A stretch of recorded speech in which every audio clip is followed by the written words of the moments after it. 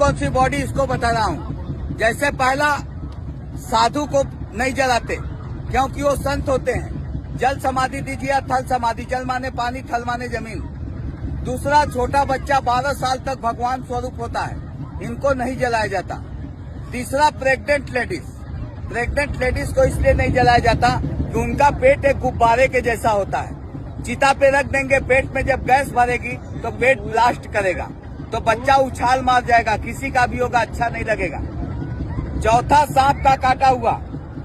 सांप के काटे हुए व्यक्ति को इसलिए नहीं जलाते कि उनके मस्तक में 21 दिन तक प्राण रहता है, 21 डेज। इसी के लिए केले के खंभे पे बांध करके पूरा पता लिख करके नदियों में छोड़ देते हैं कि 21 दिन के अंदर कोई तांत्रिक मिलेगा तो इसको जिंदा कर सकता है। पांचवा, व्हाइट चर्म रोग, जिसको कुष्ठ रोग बोलते हैं, इनको इसलिए नहीं जलाया जाता कि सुनने में आता है कि इनका कीटाणु अग्नि से छटकता है।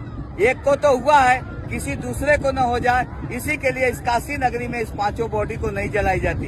कौन सी बॉडी इसको बता रहा हूँ। जैसे पहला साधु को नहीं जलाते क्योंकि वो संत होते हैं। जल समाधि दीजिए या थल समाधि, जल माने पानी, थल माने जमीन। दूसरा, छोटा बच्चा 12 साल तक भगवान स्वरूप होता है, इनको नहीं जलाया जाता।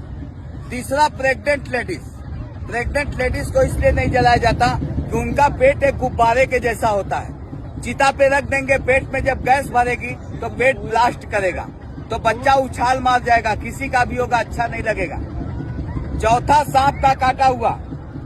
सांप के काटे हुए व्यक्ति को इसलिए नहीं जलाते कि उनके मस्तक में 21 दिन तक प्राण रहता है, 21 डेज। इसी के लिए केले के खंभे पे बांध करके पूरा पता लिख करके नदियों में छोड़ देते हैं कि 21 दिन के अंदर कोई तांत्रिक मिलेगा तो इसको जिंदा कर सकता है। पांचवा, व्हाइट चर्म रोग, जिसको कुष्ठ रोग बोलते हैं, इनको इसलिए नहीं जलाया जाता कि सुनने में आता है कि इनका कीटाणु अग्नि से छटकता है।